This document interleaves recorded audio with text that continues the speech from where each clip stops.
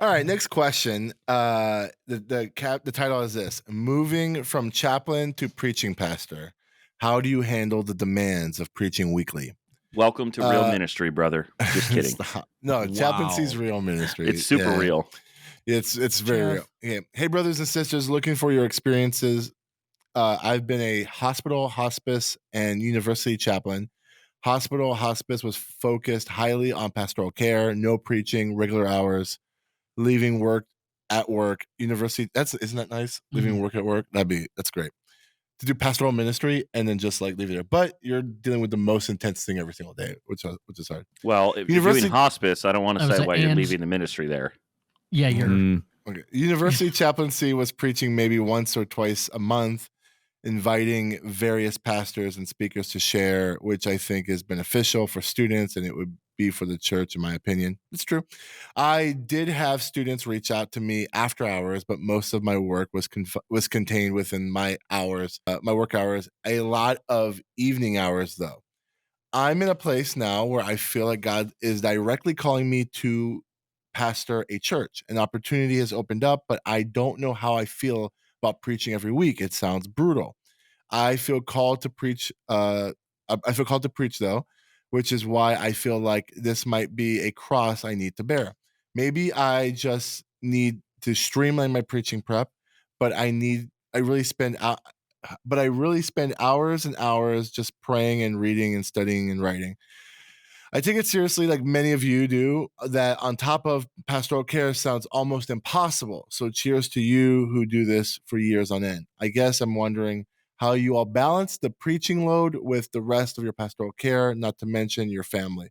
How did you manage your preaching in the beginning? It is exhausting, as I imagine. Is it joyful? Do you skimp some weeks? All stories and advice welcome. I'll start with this one. Even though I haven't done, I guess I did weekly preaching in student ministry, but when I was a campus pastor, that counts. I thank you. Counts. It's the first time anyone has ever counted that, so that's nice. Well, I thought you were about to talk about how you've kind of preached regularly, and I was going to get on you, but then you said every week in youth group, but that counts. Okay, sounds good. When I was a campus pastor, my pastoral care skyrocketed, way more than even my youth ministry years. And I was in the preaching team, which meant I preached about a quarter of the time. Through this podcast, early on, like within the first year or two of this podcast, we read a book together called 8 Hours or Less. Book club. That was a great book. And I would recommend to you to find 8 Hours or Less. It's a very thin, quick read paperback. And it gives you the structure of how to, you might not be able to do all your preaching prep in 8 hours. But if you follow the steps, no matter what your preaching prep is, it will truncate the time to be more efficient. And the key is like making your own deadlines each day of what you need to accomplish.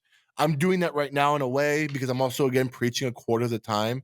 And I showed Tim this last week. It's like, 3 weeks out, I'm doing this. 2 weeks out, I'm doing that. 1 week out, I have this deadline. I have the final draft, that kind of thing. I'm sure when I'm preaching weekly, I would love to still have a couple weeks ahead where I have outlines getting built into each week.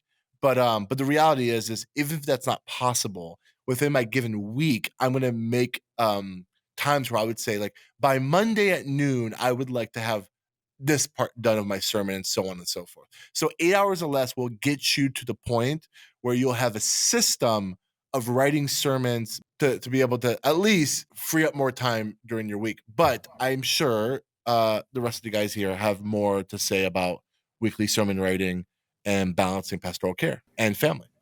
Well, I think to answer some of his quick questions, can it be exhausting? Yeah. I think every one of us has probably written a sermon and then balled it up in the trash because we're like, this is, it's not the direction. And then you had to start over. Is it joyful? Yeah. Can it be stressful and joyful at the same time? Yeah. Do you skimp some weeks? I think the way I would look at this is not every week's a home run in preaching, fellas. We know that. There's some sermons that we work on and you didn't put as much prep in and you get behind the pulpit. And whenever you start preaching it, you're like, this has just been on my heart the whole time. And afterwards, you're like, wow, that was it. People are, you're getting that feedback or whatnot. And then some weeks I've prepared really hard, got up there and preached, and I was like, oh, that was not that's not what I thought it was going to be. So to me, every time you preach, and I've heard it put this way, and it's not a fair illustration, but it's kind of like birthing a baby. There's a lot of it's very personal, and that's why a lot of times we don't critique preaching unless you're asked to do it, because pastors don't like to be told how to raise your kid. Some pastors don't like to be told how to do that. I think humble, good pastors like feedback. Another thing I would encourage, in addition to Frank's be preparedness, is especially on the front end, have a way to debrief your sermons. It's going to help you out. Have a team or somebody who you trust who could sit down and run through your sermon with you and be like, hey, this transition here, I think that a lot of people didn't realize you were moving from this point to this point. So let me help you out here. Find someone who's been doing it a lot who can get in there and mentor you a little bit. Because just knowing on the other side of how the sermon's going to be reviewed will actually help you while you're writing, if that makes sense. I think one of the takeaways I had just from reading that was, I hope a church is calling you as well. And I understand that you want to be preparing for ministry, and if you're in chaplaincy work, you probably have some ministry training going into it already. And I think the pastoral care aspect is something that a lot of pastors overlook because they want to focus on the preaching so much and the things that involve a microphone. So I think you're probably off to a way better head start than you think you are. But make sure that it's not just you feeling called to something. Make sure a church is calling you to preach as well. And then you're just going to have to allocate your time differently. It's no different than any other job change that you've ever made. A lot of things will be the same. Some things will transfer over, but the way that you allocate time is going to be different than it was when you were preaching just occasionally. I also think it's important to realize that all of pastoral care does not fall on your shoulders. There should be other leaders in your church. If you are an elder led, if that's your model, then it should be pretty clear, or you need to make this clear to your elders, that you need help in this shepherding process, and that includes pastoral care. If you are the primary communicator, then I would hope that your leadership team understands that you are going to need quite a bit of hours, at least 8, right, Frank? Probably more when you're first starting out to get into the groove of weekly preaching. But to Andrew's point, obviously pastoral care matters. It's important, but I do think when it comes to being able to share the burden, it's hard to share the burden of preaching week in and week out. Like, that's something you're probably going to have the responsibility of doing. Sure, there'll be times where you get other people to preach, but there is the week in and week out duties of pastoral care that absolutely can and should be shared. And I think that'll help you when it comes to a lot of your time management. And truthfully, I think we talk about this a lot, and it's always one of the side conversations that Tim and I have. But preparing a guest preacher, if someone else is coming into your church, if you are hired to be a primary preaching pastor somewhere, you'll find that it gets to a point where somebody else preaching takes as much effort, and it's a different kind of effort, so it's a different muscle that's flexed, preparing somebody else to preach to your congregation, than it is to preach to them yourself. So I think you're going to be surprised at how easily some things transfer over, and how frustrating other things are when you make that change. That's true. But I would just encourage you, make sure that you have a church behind you, whether it's the church that you're currently in that's saying, yes, we see this, we are affirming this, we're going to send you out. We're going to, the church that you're applying to, we are going to reach out to them, or the church that you're in is saying, yes, we want you to come and preach more often, because it's not about necessarily what you feel God is doing within you. It's the church affirming what God is doing. There's also this question of family life that I don't think we should skip over. Good point. This is a non-negotiable. This is a non-negotiable. You are husband and father first, and then you are a pastor. So I hope you're very, very careful here, whether that comes to protecting your day off, or making sure you have a routine where you know which days you're going to be available, and it's just going to be for your family.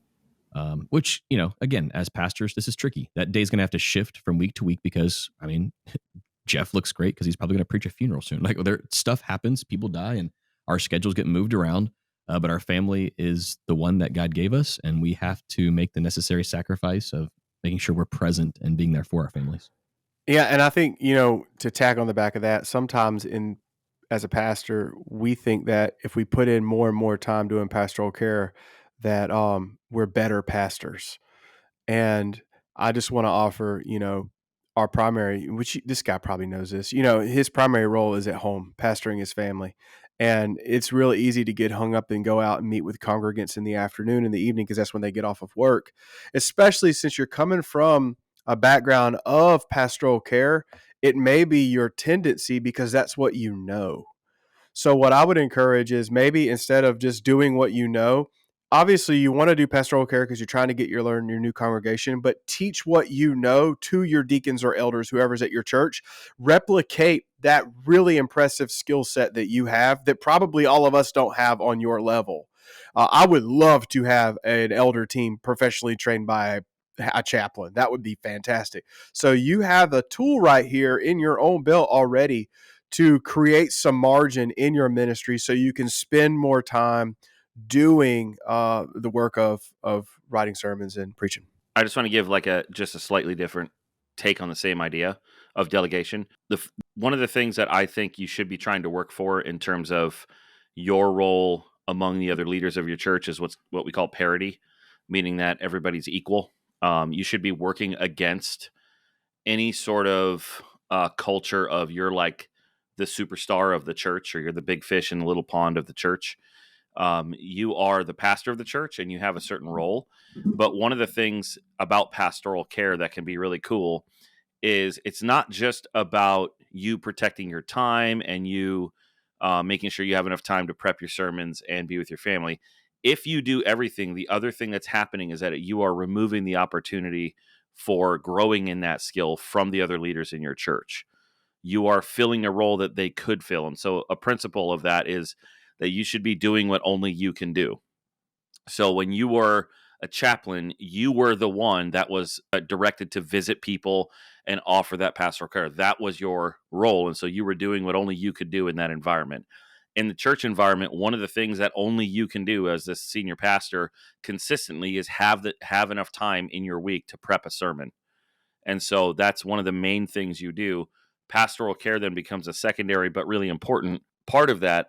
And so the way you deal with that is you equip other people, empower other people to do that so that not only are they then growing in that and becoming seen by the congregation as equal to you and with you, which I think is really important. There is pastoral care issues that happen in my church that I have no idea were taken care of and were answered. And that's like, it used to make me feel really insecure, but now I realize like, man, that's awesome. Like I didn't even know about the need or the answer to that need. That's how healthy my congregation is right now.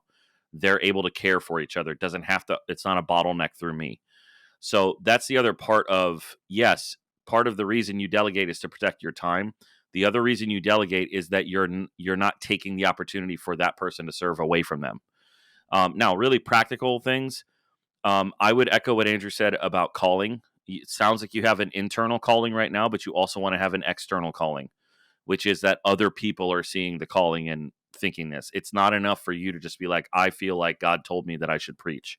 You also need other people to say, hey, it seems like you have a gift to preach. We want to give you this opportunity, or door will open. So be mindful of that, because I feel like if you have both of those, I just have never met anybody that obviously has both of those senses of the call and feels like preaching is this brutal thing that they just trudge through every week.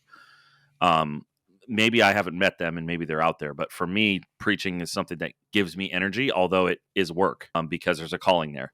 The other part of it is just a reminder that not all sermons are the same. Some sermons are shorter. Like it's okay sometimes that your sermon's 20 minutes. And Like some it's sermons just- are better. Some sermons are better and they're shorter, and some are 35 minutes and not very good. So the length and time of a sermon, and you can build things into your yearly calendar, like other people preaching, where you still then prep a sermon as if you're going to preach, and now you have a week buffer. And if you do that over the course of, let's say, somebody who's preaching for you, like you guys, a quarter of the time, that could allow Tim to get a little bit further ahead in his prep, if he continues to prep in a rhythm, even though he's not going to preach that week. So that means planning is important. And so not all sermons have to be the same. If you have a missionary in, you might preach a 10-minute homily because they took up some of the time. And then the other thing for me practically is just like, if you're starting out preaching, number one, start out just working your way verse by verse through books of the Bible. I mean, because your brain is just going to be in that book. and you just keep reading that book and keep thinking about that book as a whole. And by the time you get 6 weeks into a sermon series on like the Gospel of John, it's not going to take you as long because you've already been thinking about John for 6 weeks. Um, and then within books of the Bible, if you are very new starting out, start with an epistle. They're super easy to preach because they're very practical. That's how they were built. So those are a couple practical things that maybe will take the load off. And then, again, if you find that you're getting ahead because sermons are easier than you thought, just keep writing and keep thinking to get yourself ahead, because stuff is going to happen. You're going to have to do funerals last minute that are going to take hours out of your week you didn't expect and stuff like that. If you're at a small church, weird things will happen, like parts of the building will break that you'll have to deal with because you're the only staff member. So as much as you can get ahead, that's better for you. So I would just kind of echo what everybody said, but maybe add those little things there. I think that when the original person that wrote this said that like he would want to hopefully bring other voices into it.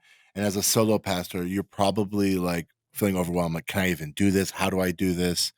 All I have is maybe some elders in my church, but they're maybe not the greatest communicators. And there's a principle in leadership that I read in one of my leadership books. So it was if someone can do 80% as well as you can do, then delegate that task. And so I think this is the most common you see with like youth pastors, right? Like if a youth pastor can preach 80% as well as you would want excellence in the pulpit on a Sunday morning, give your youth pastor the opportunity to preach.